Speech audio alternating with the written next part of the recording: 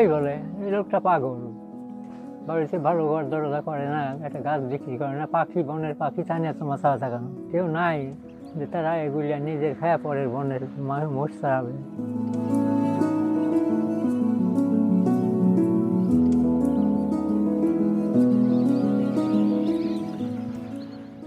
Spanning almost a hectare, this forest sits on land belonging to Akash Kalidas, an 80-year-old retired primary school teacher.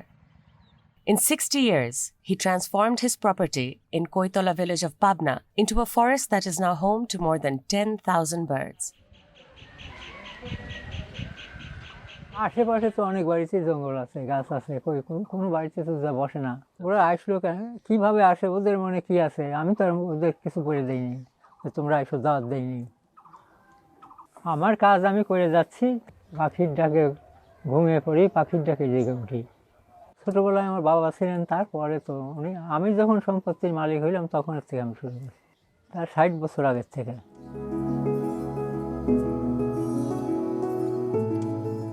The heart of Akash's forest is planted to a diverse array of wild tree varieties to create a sanctuary for the birds. আশেপাশে পানি থাকা লাগে, খাবার ব্যবস্থা থাকা লাগে, এইসব জায়গায় ওরা আসে যেখানে সেফটি আছে।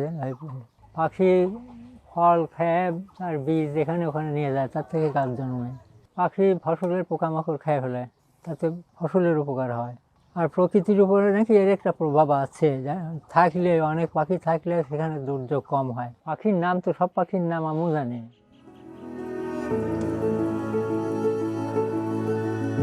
While Akash dedicates his time and property to caring for nature, he leads a modest lifestyle, living in a tin shed.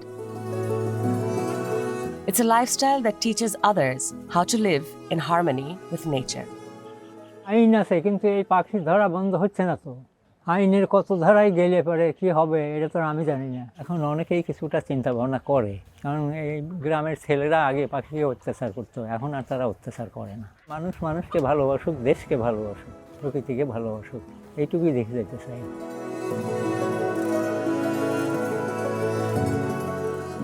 আমারই কে দেখবে আমি চিন্তা করে পার পাই না, আর ওদের কি দেখবে, কে দেখবে এটা কি বলা যায়। হয়তো আমার সে ভালো একজন আসবে, দেখে এটা রক্ষা করা যায় কিনা।